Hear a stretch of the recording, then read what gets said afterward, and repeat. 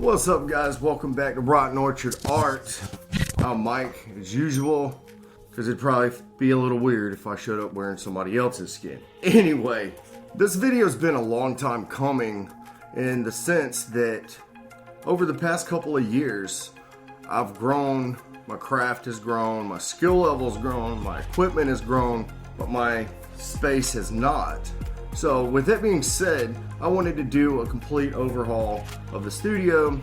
My workflow has changed, my accommodations and things like that have changed in the last couple of years, especially doing YouTube now. I wanted to make a space that streamlined my workflow, provided less distractions, and allowed me to do what I needed to do to enjoy my craft. So the first thing I did was create an editing station. One of the problems I was having was my editing area was in the same space that I did my craft. My computer, my microphones, all that stuff was at the same desk. For one, taking up valuable space. For two, it was a distraction. I would set out to do a project and end up browsing affiliate links and watching YouTube all night and not getting anything done. So to solve this problem, I moved all of my editing gear and my computer, my microphones, all that stuff to the opposite side of the room, giving me more space on my desk and less distraction. Now, everything that I use for post-production, creating clips, anything like that, all of that stuff lives on this side of the wall. Another thing I wanted to do was move my cabinets that pretty much stored the same type of stuff to one area. I watched a video with Black Magic Craft with Jeremy, and I noticed how he had the IKEA cabinets above his desk. I thought that was a really good idea and got me thinking, why not do the same? So I pulled my cabinets off of the walls, put them above my area, dropped my pegboard down. Now all of my hobby supplies live in one area on one side of the room. This freed up a lot of space to actually set up a video area here in my studio. This is only a 13 by 14 room with 3 different sections in it. I have my video area, my hobby space, and my editing and post-production over here. One of the biggest things that I had to combat during this process was clutter. A lot of clutter. When I first started this hobby, I was under the impression I had to save everything. I was scratch building everything, saving everything.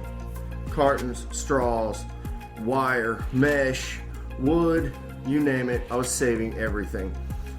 That does get you started, but after a while, it does build up.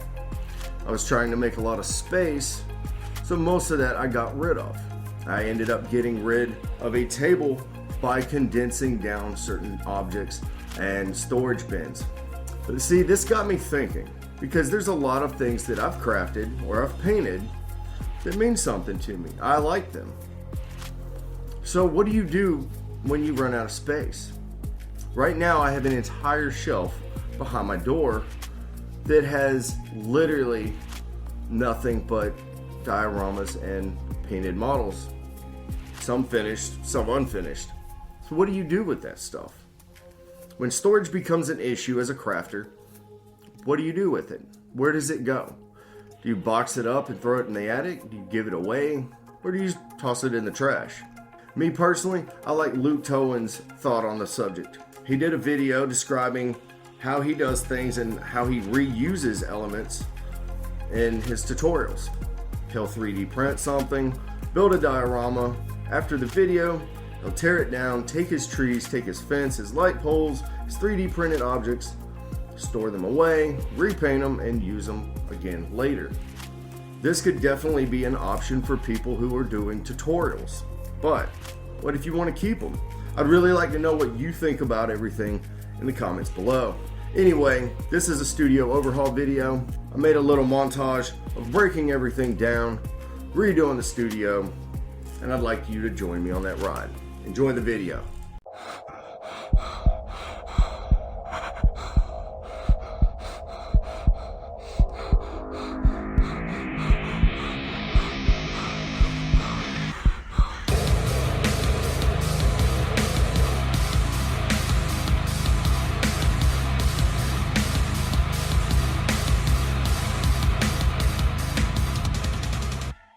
guys, let's take a look at the studio. It's right over here.